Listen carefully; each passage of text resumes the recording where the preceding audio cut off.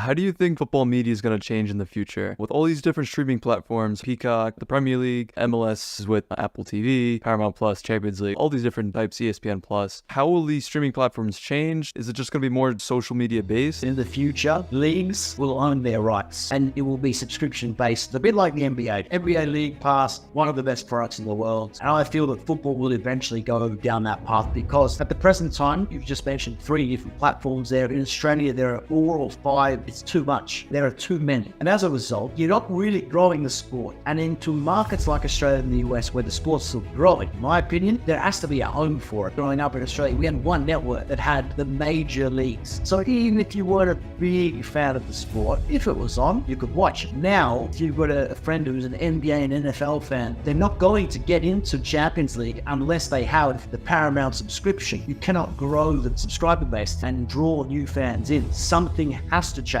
if they really want to see growth of the sport. And this is where I think in the US, the World Cup in 26 will make maybe those with some cash investors open their eyes to think, okay, if we start to invest properly here, they will come. Then we can go to subscriptions down the track. But I think it could be a major turning point for the US.